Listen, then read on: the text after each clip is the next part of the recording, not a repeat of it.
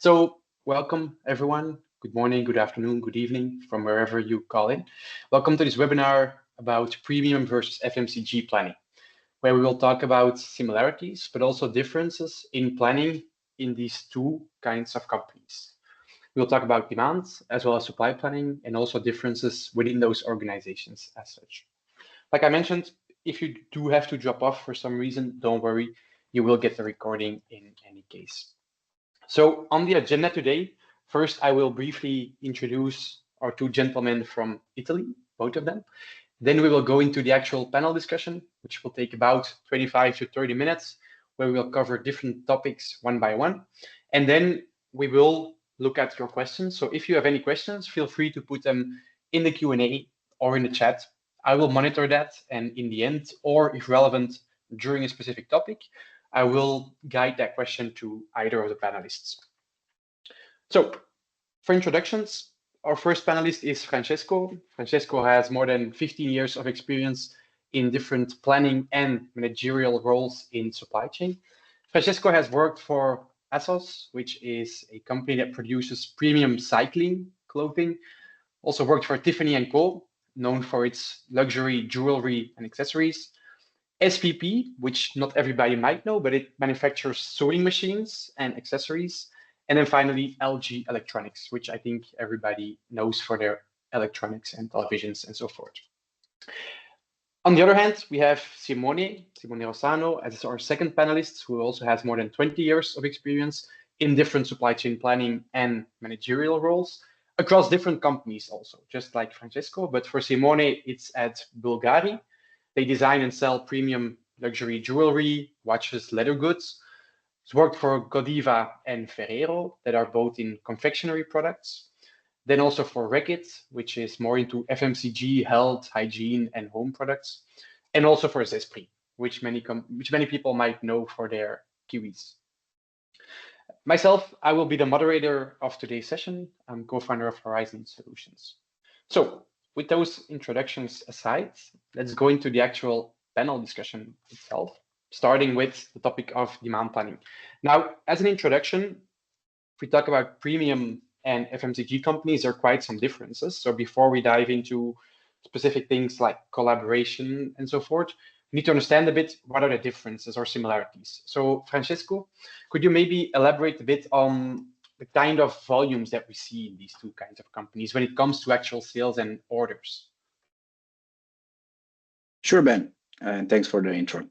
In my experience, companies in luxury work with low volumes and very high unit values. So planning must always use two lenses at once, actually, both units and value.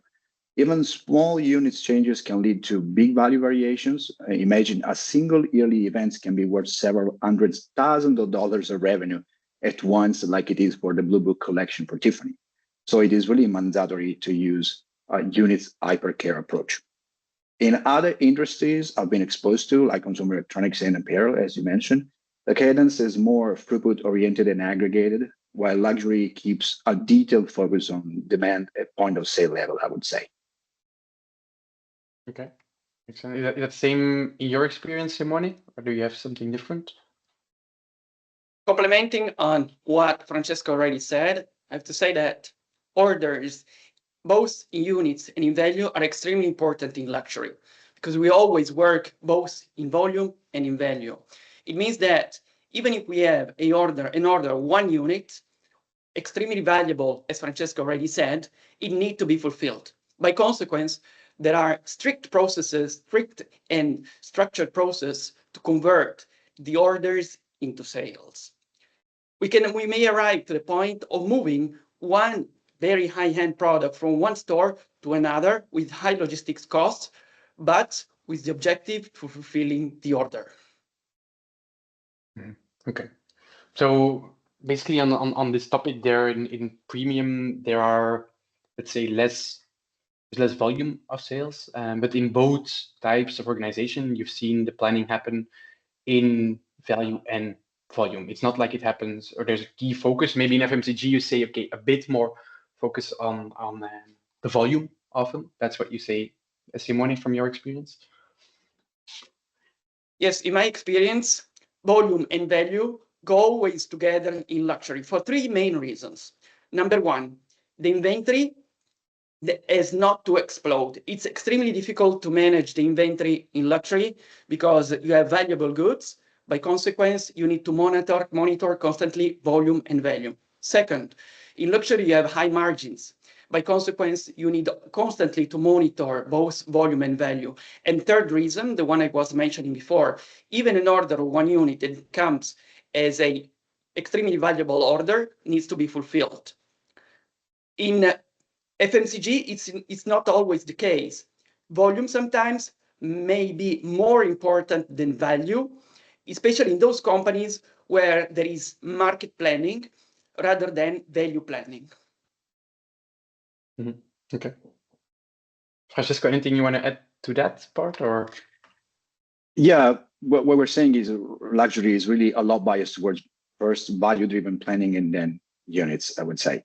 That means, for instance, that we've been exposed to value-weighted KPIs as a natural consequence, plus than every other, in any other companies I've been working for.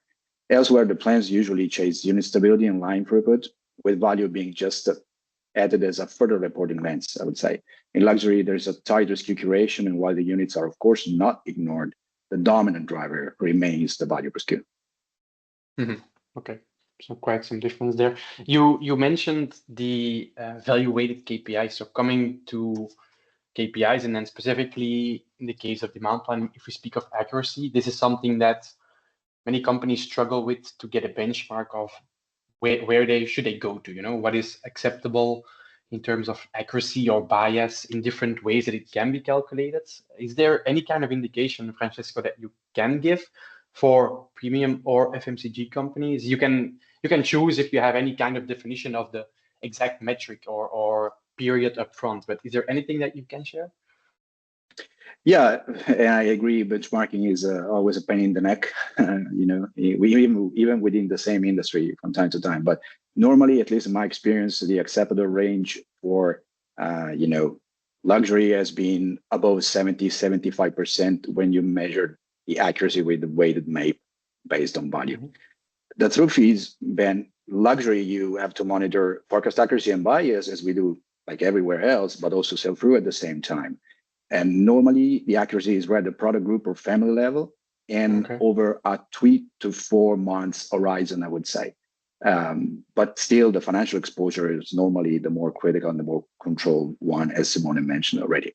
What matters in luxury is value weighted error, because a single high miss can hurt more than several small wins, unfortunately. So by contrast, consumer electronics or other mass volume businesses can achieve higher accuracy values, in my experience, like well above 75%, I would say, on stable SKUs with strong history and seasonality, even on longer horizon compared to luxury. Of course, there the emphasis is pro-life cycle and risk of obsolescence for the inventory. Mm-hmm. Okay, so all in all, in luxury, you see about 70 to 75% weighted MAP measured at product or family level with 3 or 4 months as a lag. And then in FMCG, you see that higher for the stable SKUs. Of course, there with the distinction that, you have that product life cycle for products, and then that fluctuates a lot more. Is that a correct summary? I would say so, yes. Okay. Is that, Simone, from your experience? Do you see anything different or anything more specific that you have maybe on FMCG specific? I'm backing up on what Francesco said. Furthermore, I said that I can say that KPIs are calculated at different level. In luxury, typically KPIs are calculated at product line level. And this happens because you may have SKUs which have very poor number of units sold. For example, high-end jewelry, high-end watches, high-end accessories. That due to their value have very number of poor sold units. While in FMCG, you are calculating the KPIs at SKU level because you have messy numbers. So going straight into numbers, I would agree with Francesco saying about 70-75%, or maybe 80-85% if you're looking more towards the accessories or on the entry product segments. While looking at FMCG, you have a target that's extremely higher, like 95-100% even of forecast accuracy. So that's of forecast accuracy, or is it more of service level specifically then? 95 seems very, very high. It's actual. Yeah, absolutely. Okay. And I mean, if we talk about accuracy, of course, there's different ways to get there. Right? Companies can create a statistical baseline. They can use machine learning. They can get sales inputs. They can get inputs from marketing about campaigns that they're organizing. So there's this whole aspect of collaboration within the organization. Should supply chain have these conversations with other departments?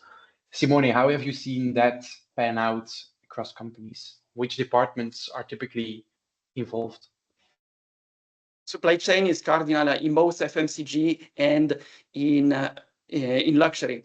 The collaboration with sales, marketing, finance, the rest of the supply chain is strategical in luxury and is more operational in FMCG. Why is that? It happens because in luxury business, you have the collection cutover, which is a strict deadlines that happens two times in a year. You have the spring, summer, and then you have the fall, winter collection in the two different separate and strict moments. In FMCG, the phase out SKU and the phase in of new SKUs is more gradual.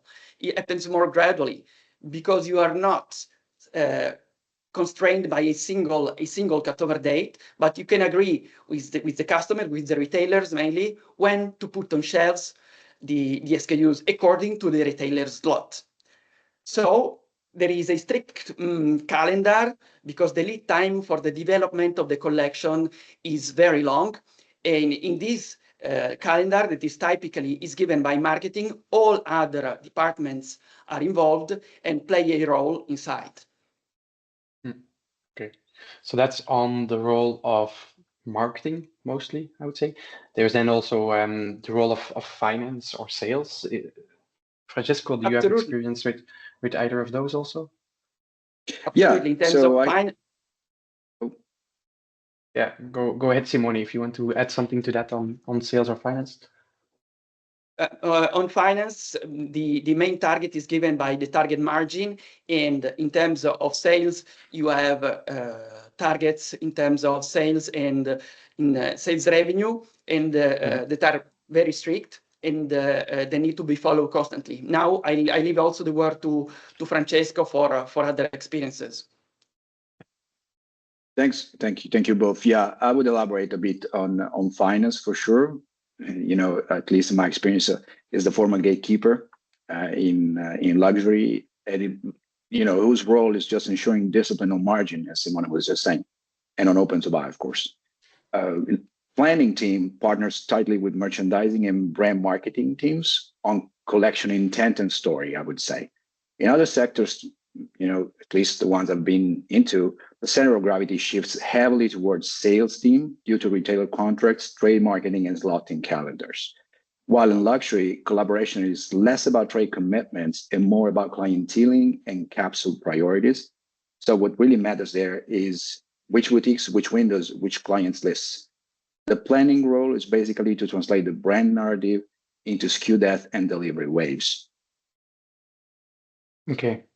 So on that last point, sales teams then within luxury, do they really exist? Do you actually have communication with them, or is it, like you say, more with marketing and finance there that you speak? Is sales a real partner there, or?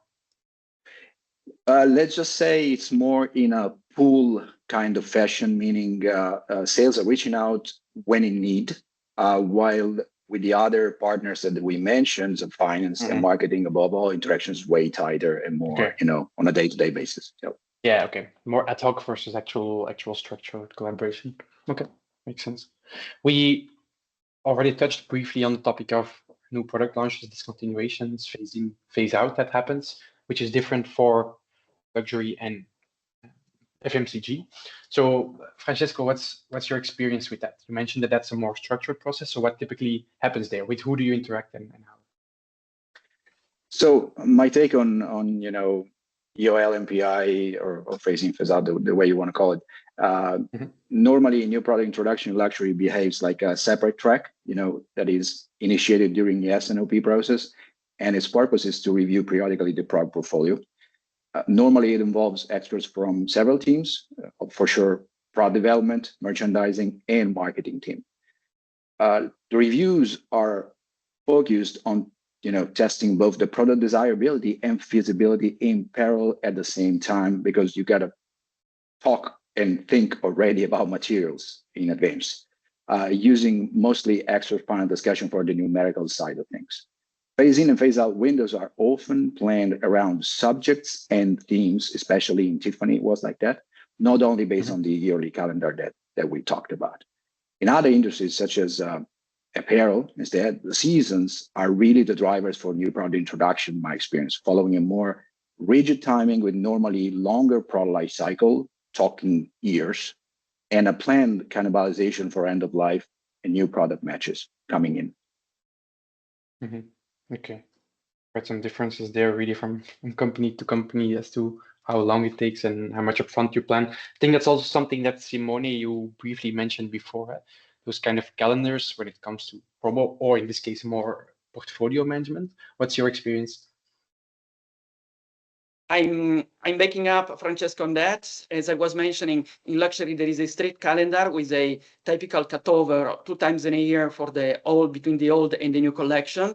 And in FMCG, translating into FMCG, the product discontinuation, the PIPO, is a little bit less strict. And this is because of the business. In business, as I was mentioning, this is turning around retailers' market share, which often compares to market space. So it means that also the product discontinuation and the PIPO baseline and the PIPO calendar is managed together with marketing and the other departments, trade marketing and sales, typically in a less restricted way. I give you an example. If you miss one slot for moving the SKUs in the shelves of a retailer, you may gain another slot in the following 3 or 4 months, something that cannot be done in a luxury environment where there is a clear cut over the collection at one date. Okay. How about, I think Francesco, you briefly touched on cannibalization here, but the point of obsolescence, especially planned obsolescence, is that something that in any of the companies that you have worked for, you have seen? I'm thinking of electronics companies, where they plan in some cases for obsolescence because there's no updates, for instance, or they know that they're going to then upgrade to a new product, things like this. Is that something being planned for? So in the PRM, as in product roadmap that I was exposed to back at LG Electronics, there were these kind of pillars in managing that into the channel. You can imagine, at least in Italy, which was the country I was, dealing with, several diverse retailers and difficult price politics, I would say, did not really make it very easy. But the plan was, to try to have, exactly as you're saying, a legacy product going out and the following that is going to substitute there. So the product roadmap, again, was, from engineering, was very, very strict, very well prepared, and very detailed also from a planning standpoint. Okay. It was an input from then PLM. Okay, but it's of course a very specific example. It's not something that's standard, I think, in premium companies, so to speak. On the topic of promotions and these kinds of holidays that happen, so there's specific calendars for each region. Easter, Christmas, any other of these things that have an impact on the demand or on peak sales during that period. How is that being planned for in both premium and FMCG companies? Do both do these kinds of promotions or take it into account? Is it sometimes just more marketing initiatives? What have you seen, Simone? Luxury is clearly not a promotional business at all. You have several periods of the year that are the peak periods, typically Christmas, Easter, St. Valentine, Mother and Father's Day. In Asia, Chinese New Year, and in US, Black Friday, when people go in the mall, and so they go also in the corner store to buy luxury products. In these periods, you may have limited collection or capsule collection, but in luxury, the price is not touched because you need to respect the high margin that is set by finance. Differently in FMCG. FMCG is a more promotional business, so you can get prices up to 20 or 30% for promotional reasons. Typically for in the FMCG, whether we are talking about washing powder in Reckitt or we are talking about chocolate, in all cases, we have promotions that are planned during this period in order to capture a greater mass of the clients, of customers.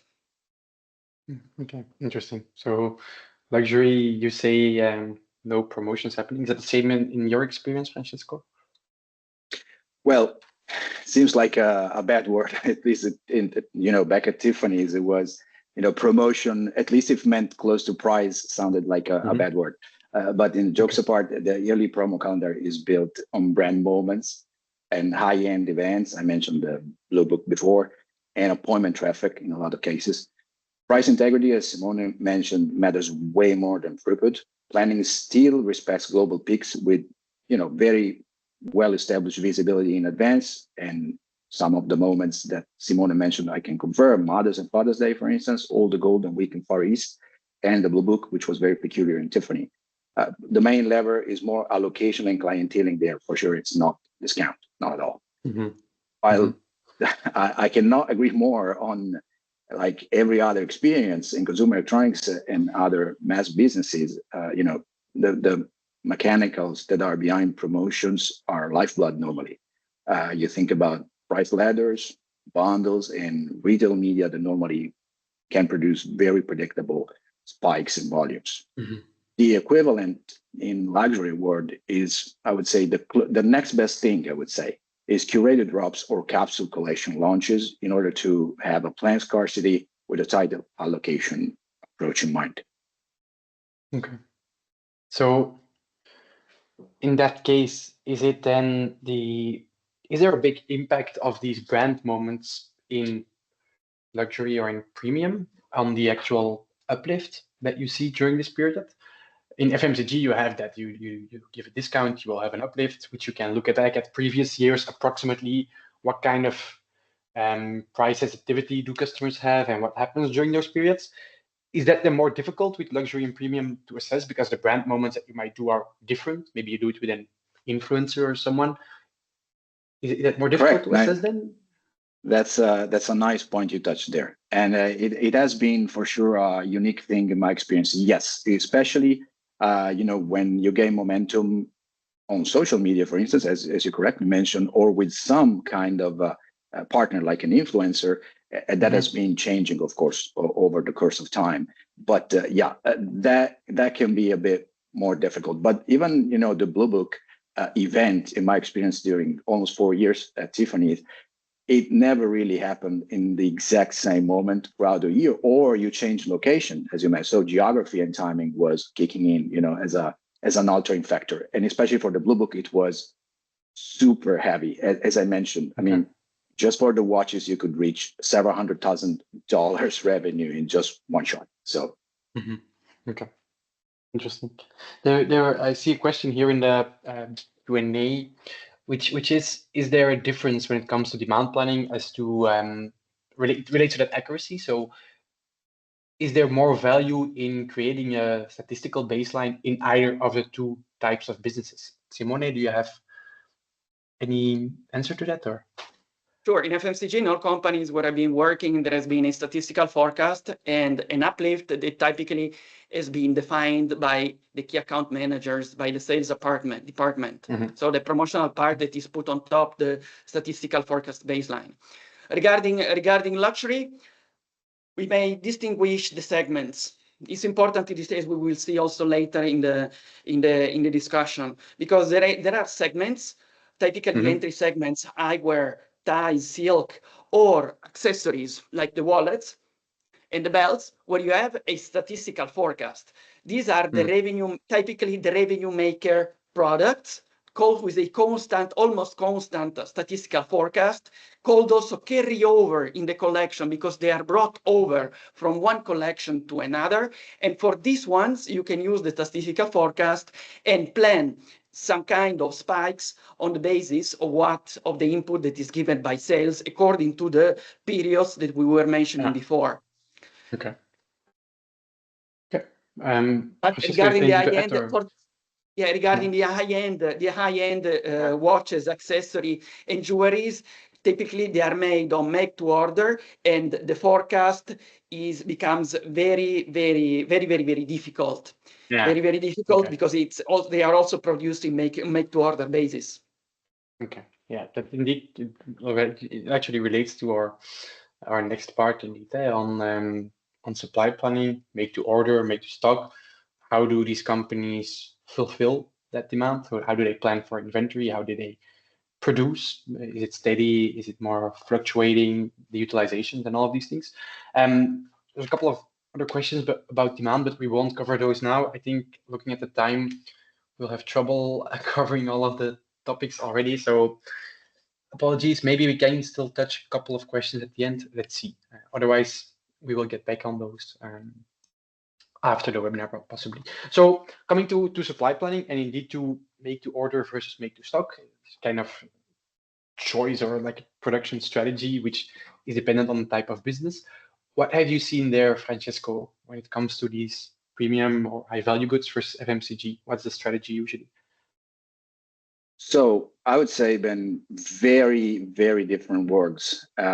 Normally, premium and luxury is inclined towards make to order, or more often even assemble to order to try to shorten the lead time, of course, or bespoke pieces, because that happens especially for watches, or limited series, or high complexity references, again for watches. I've been dealing mostly with that category, even if been exposed to the entire, Tiffany world. Anyways, normally the make to stock is generally used for items that are evergreen, and this goes above all for the bread and butter in jewelry in Tiffany. So those items that have a proven history and traction, it's a lot easier there to manage with statistical forecast and make to stock approach. Batch sizing has to reflect and follow the craftsmanship constraints, which we're going to talk later as well, and as well component availability, which might be a pain. Luxury normally plans in smaller, more frequent batches and uses pre-allocation to boutiques or clients to justify production runs. On the other side of the world, apparel and consumer electronics instead, I've been seeing only make to stock because that has been the dominating approach in my career, and forecasting and line balancing, of course, driving the efficiency. So you want to use that kind of fashion there. Yeah. Okay. FMCG, very much make to stock, and then premium and high value, assembled to order, in some cases made to order. And then for some, let's say, higher volume categories that they might have, there maybe some make to stock. Is that similar to your experience, Simone, or you have something else? Yes, I can bring here the experience that I had with McKinsey when we did a project inside Bulgari to define which product to produce in make to order and the other one in make to stock. So the supply chain segmentation was going to reflect the marketing segmentation that we already mentioned before. So we have a segment, typically we have one segment that the McKinsey called blockbuster. They're the products they also mentioned before, where you have make to stock, you have more a push driving method, and you allow them having a little bit of safety stock. While you have make to order for the high end segments where you don't want to have excess stock at all, because it become a nightmare then to manage a product made with golds and diamonds that is in excess, and it's a risk of going out of the collection, whether it's an accessory, a hand accessory, whether it's a hand jewelry or a high-end watch. So typically, make to order is for the lower segments. Make to stock for the lower segments, and make to order for the higher segment of the collection. Differently, as also Francesco was mentioning, in FMCG. In FMCG, it's a little bit different because you work with higher volume. Inventory can be managed. It's costly to manage, but still you can manage it in some way, and you can keep in some way the safety stock. And this is also because FMCG is a promotional business, so you can make discount and promotions to reduce the amount of stock in the warehouse. You mentioned there, I think it was diamonds that you mentioned, but the point of also pull versus push and the actual constraints and availability of your raw materials. Have you seen big differences there across both? Because some materials might be in abundance, some others might be very scarce, so you might not get them in high volume. How does that work, Simone? Yeah, in luxury, we have typically three kind of constraints. The first one, it is given by materials.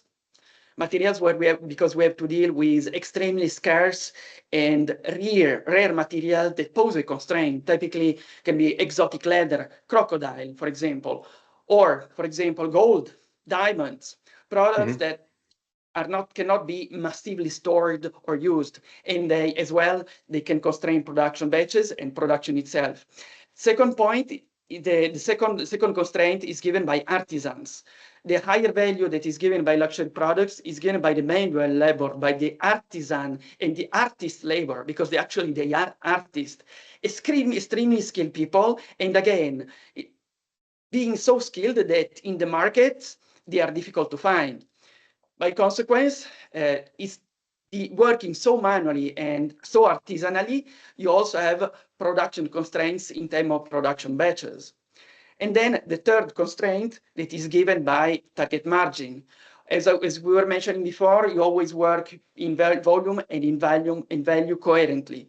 So it means that you need to respect constantly the target that has been set in agreement with finance. And by doing this, you look also at the single unit of order or the single unit of production. Okay. You already touched a bit there on the part of artisans, so this craftsmanship really. So Francesco, on that note of craftsmanship, how do you see that play out? Is it then more difficult to assess, for instance, how long the production will take because you need a person that has that skill? Or from my naive perspective, is it in some cases something that is actually also automated to some extent, but then the marketing makes it seem like it is not? I'm curious about that point. So I would say a bit of both. From time to time, you can expect the unexpected when it comes to, working with artisans and artists. I agree 1% with what Simone called them. Supply constraints are often binding, due to their nature. We mentioned diamonds, any other precious stones, and also the CITES. We briefly touched on that, the endangered species. I guess is unique to this business, or alloys. And as we said, the steps and capacity that comes with the craftsmanship is a natural cap on this one. So at some point, you want to try and plan for that. You do not have so much space to move, a lot around that. So that, of course, can lead some narratives when it comes to the brand perspective, right? Because you can then leverage that saying, a given good is scarce, right? So you have scarcity. Scarcity can lead to increased desirability, especially for luxury goods. This is very true. And that in turn can trigger periodical price increase trends as well. And we have witnessed that, I guess, in all of the luxury product segments lately, especially in the last years. Okay. So it's a combination on the, let's say, constraints where it sometimes really is the case. Sometimes it is indeed something for marketing purposes that's also being put forward, which I assume then is the same on craftsmanship, probably. Is that right to say? Yeah, because of course you have then to deal, as you were saying, from our planning standpoint, you have to really focus on what are the constraints there and how to deal with that and how to model that from a systematic standpoint as well, in batches and in everything that goes with planning. So it is, I would say, a thing I've never witnessed elsewhere. But you do have to deal with it, and you have to understand it in order to properly leverage, also from a narrative standpoint and also from a planning standpoint. It's again not seen anywhere else. Did I mention? It seems more difficult to automate to some extent. Then, if you talk about scheduling, for instance, where in FMCG you let it run, the kind of exact amount of time it will take, what kind of workforce capacity you will have, who you have that can do the different tasks. it might be less interchangeable there in premium.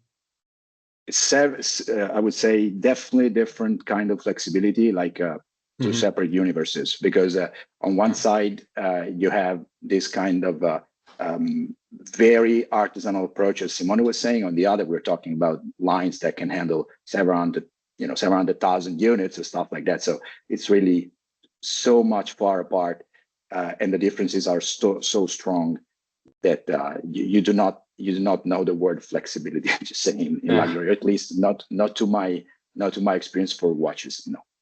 Okay. And talking about constraints, and then how do you allocate demand to different kinds of channels, different types of customers, in the case where you maybe cannot fulfill all of the demand? Simone, what's your experience with that? There's also a question that I see here in the chat that relates partially to this. We'll cover it after. But first, on the point of allocation strategy and prioritization, how does that happen in luxury? The whole luxury business plays on scarcity, so on the imbalance between demand and supply. So allocation is following very strict and strategical rules. Luxury has a selected distribution. So because you don't want to have, of course, Louis Vuitton bags or Hermes or Bulgari bags in the supermarkets, as it happened in the 70s, right? So there is a strategical and strict allocation. Typically, owned stores get most of the products during the cruising phase because everything involves around customer experience, satisfying the customer. Then the shift towards the end of the collection switches towards the outlet and to the phase out channels, which may be also specific customers where you agree with to deplete the part of the collection that is going in phase out. But you can see that the allocation is very, very strict. And then it goes even at more detailed level, at boutique level, because you need, in some cases, you need to give priority, for example, to the flagship to the flagship in a country rather than to a secondary store in the same country. In FMCG, it's a little bit different, of course, because you may have operational shortages that then you manage in agreement with sales and maybe with marketing. They're getting a list, for example, of customers to prioritize, but the business is not revolving again around scarcity, basically. Okay, makes sense. The question that was put here, Francesco, relates not completely to allocation, but it's more about how our customer expectations managed or balanced. So for these make-to-order products or assemble-to-order, does it sometimes take long? That's basically the question. What are the supply planning and logistic lead times that you've seen there? Well, in luxury, it depends on, of course, if you go with a bespoke, which is more than just a subtle customization. Customization has been the word, in the recent years. You can imagine engraving the back or the side of a watch. It's, I just say, feasible by artisans since it's pretty quick. On the other end, of course, if you go bespoke to a certain level, is of course, it can depend on several things that you might not know fully up front. And again, think about, I've even witnessed I would say design to order. The customer was sitting there, not just customizing an existing SKU, which was a program that was run in Tiffany, but for some kind of customers, you want to listen to their needs starting from scratch, literally. And so, of course, you do not know, but they're willing to, they're absolutely understanding. And so they are willing to wait for the time. We're really talking, a certain kind of segment of customers. So yeah, they know their stuff, let's just say. Yeah, okay. And relating to that, the lead times, and then how much inventory do you keep so that if possible, of course, in case of make to order, you don't necessarily do that. But how do you see differences in how stockouts versus excess inventory? How is it looked at in both companies? Is there a really different vision about it, Francesco? Yeah, I would say so. Let's just say from in the luxury world, stockouts are a risk for disappointing a client, a customer or client, or reputational cost. On the other hand, of course, as Simone briefly touched there, the access might lead really to a risk of brand equity erosion. So it's really bad stuff. To summarize the policy, I would use 3 words, which is few, right, and visible. So you have this measure with curated depth and appropriately exposed pieces where it matters. Consumer electronics and apparel, on the other side of the world, I would say excess and obsolete inventory is seen as a markdown problem that you can somehow deal with. And instead, in luxury, if that explodes, using Simone's words from before, it really becomes a problem that you really don't want to face. So it's super careful management kind of approach there. I like the summary of few, right, and visible. Was it right? Yeah, that's right. It's a nice one. So that's a good one to remember. Simone, you also talked about pull and push strategy. So in the case of FMCG, like Francesco mentioned, there might be more inventory. Then that's less of a problem because they can do some sort of promotion or action maybe to get rid of that, so to speak. Is that true or not fully? Not look like at it like that within the company in FMCG? Absolutely. In FMCG, it's costly to manage the inventory when there is an excess because the real sales are not matching the forecast. It's not matching the forecast, or because you are getting more production than is needed for X reasons. It's costly, but still you can manage. In worst case scenario, for example, you can get a new external warehouse and you can move the products there.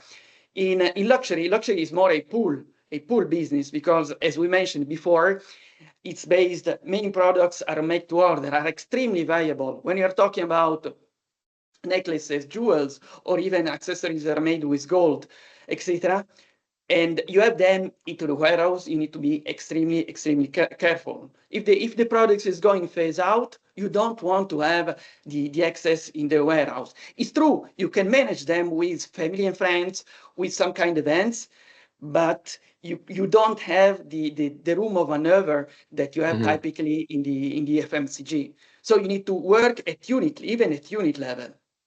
Yeah. Okay.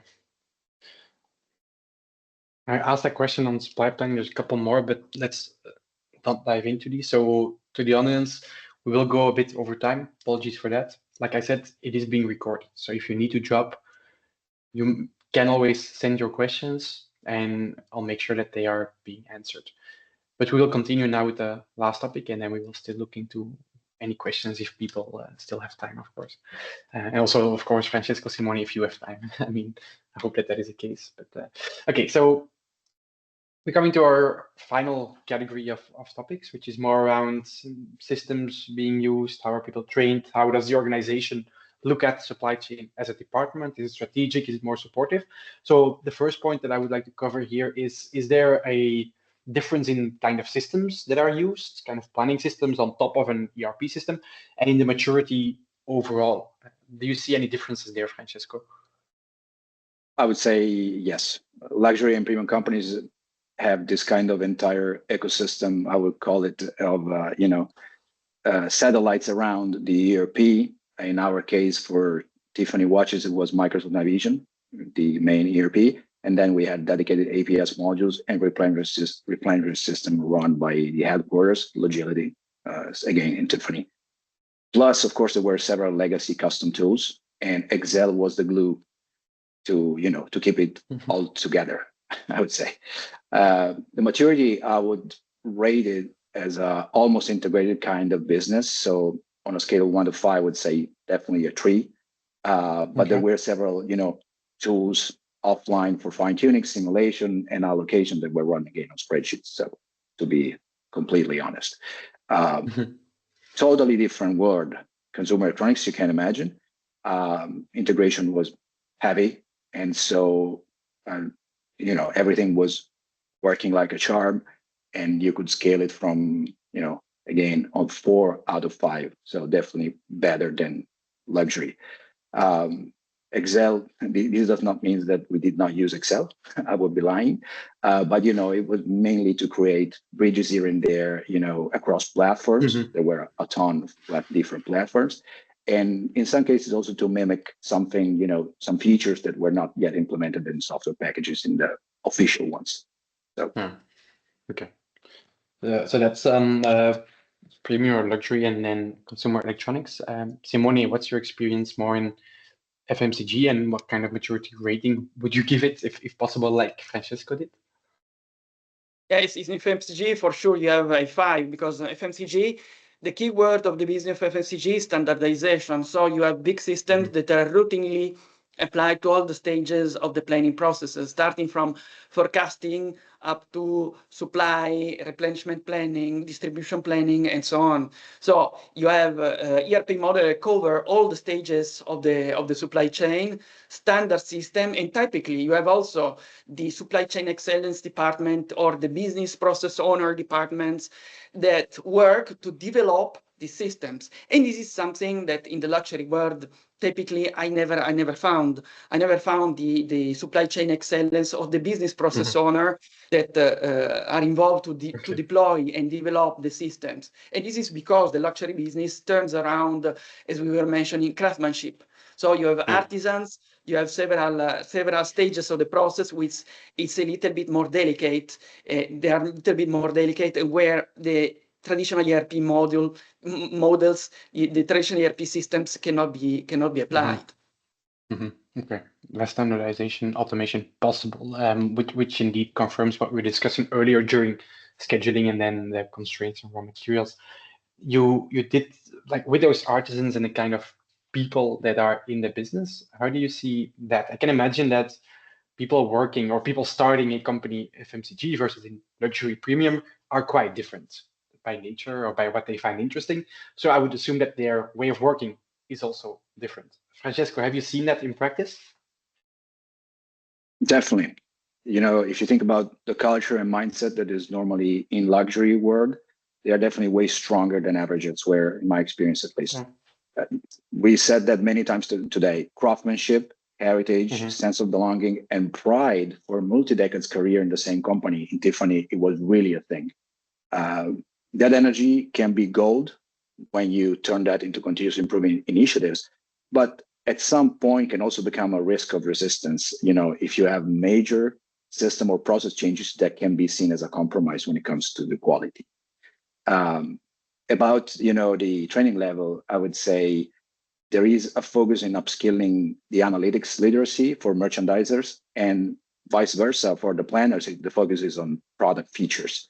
And so I guess the winning profile when it came to a planning role there was a sort of mix of both, a balanced mix of both things. You have to understand how it works, and how the clients comes into a boutique, and how you have to deal with all the jargon when it comes to processes inside the boutique again, the products. So everything is very, very peculiar in my experience there. It's a separate word. Yeah, okay. Confirms indeed the kind of things that we have brought up already. In that sense, Simone, if we talk then about the role of supply chain in the organization, is that being looked at differently because of the different nature of those companies, or not so much in your experience? In my experience, supply chain has always been strategic in different ways, but it has been strategical both in luxury and in FMCG. In luxury, it's strategical because supply chain needs to be involved since the starting point of the collection development, with the product design, product testing, product development, product acceptance, and then maybe even looping back to the first step of the process when, for example, a product realized it's not accepted or doesn't respect the target margin that are fixed. So supply chain is important because they need to deliver, in any case, the product to the store, to the boutique, and everything is turning around the boutique and the customer experience. In FMCG, on the other way around, the supply chain is strategical because they need to be fast. They need to work in a high volume. They need to deliver the products at the retailer, avoiding that the consumer goes there, see the shelves empty, and go immediately to the competitor. So it's more a matter of volume, a matter of being fast and being up to level, up to speed. Yeah. Well, I think indeed it is essential in both cases or in any kind of company. We're not going to deny that, especially as we're here talking from a supply chain perspective. So of course we think that. I'm thinking more of like from a marketing or finance perspective. Do they also look at supply chain as, yes, if they're more efficient, then we create a competitive advantage, or they just look at it more like, well, we are a marketing, a brand-driven company. Supply chain has to execute to support us in whatever vision we have. That's kind of what I'm trying to get at here. Is that something that you have experienced as supply chain, how other departments interact or look at you as a supply chain function? Is that something where either of you has seen differences, or is it just something that I make up in my own head with my assumptions there? Do you want me to start or Francesco? Yeah, sure. If you have if either of you has an opinion on it. Yeah, absolutely. In my experience, there is constantly a little bit of tension, but as well of strong collaboration with the other departments. Because of course, marketing, they focus, they want the widest assortment possible to put on the shelf. And while supply chain wants a rationalized assortment.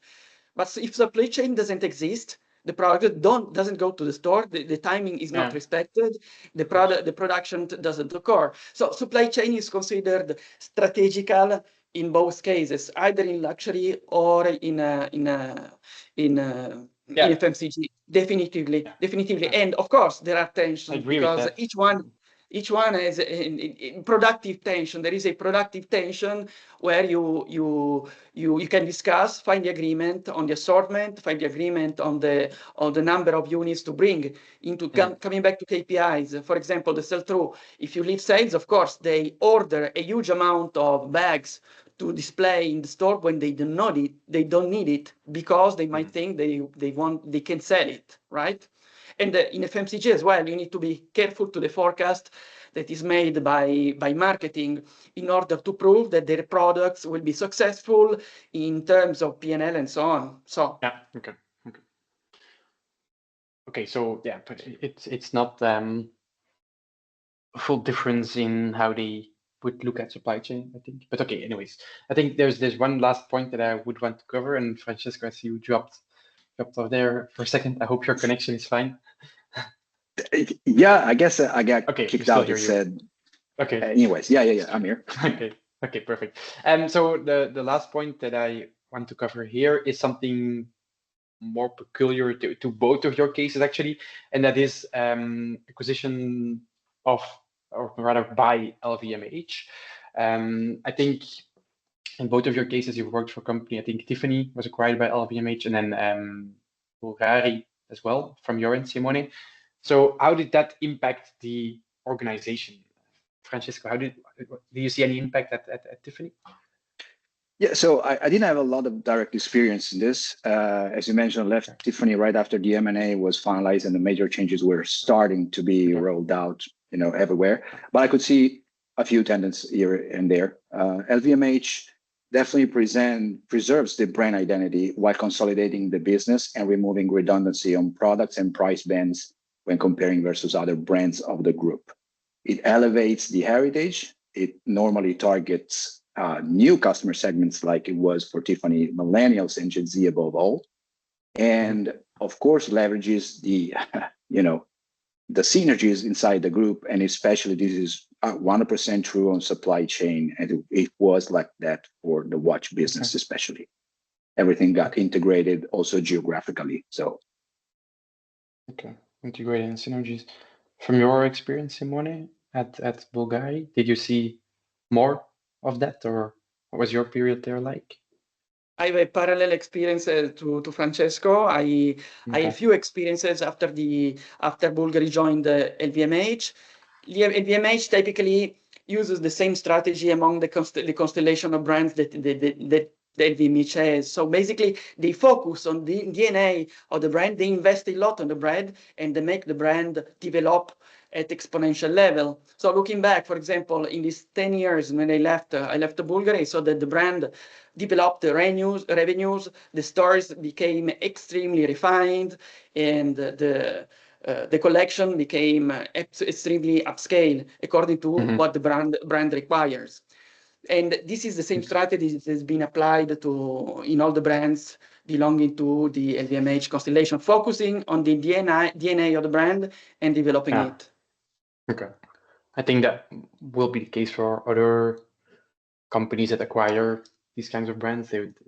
People might have experienced something similar as you do. So it's an interesting one to end with, actually, because that's the last topic that I wanted to talk about with you too. I see there's still a couple of questions, but we are well over time. So I will, maybe if it's okay with you, Simone and Francesco, ask you one more question.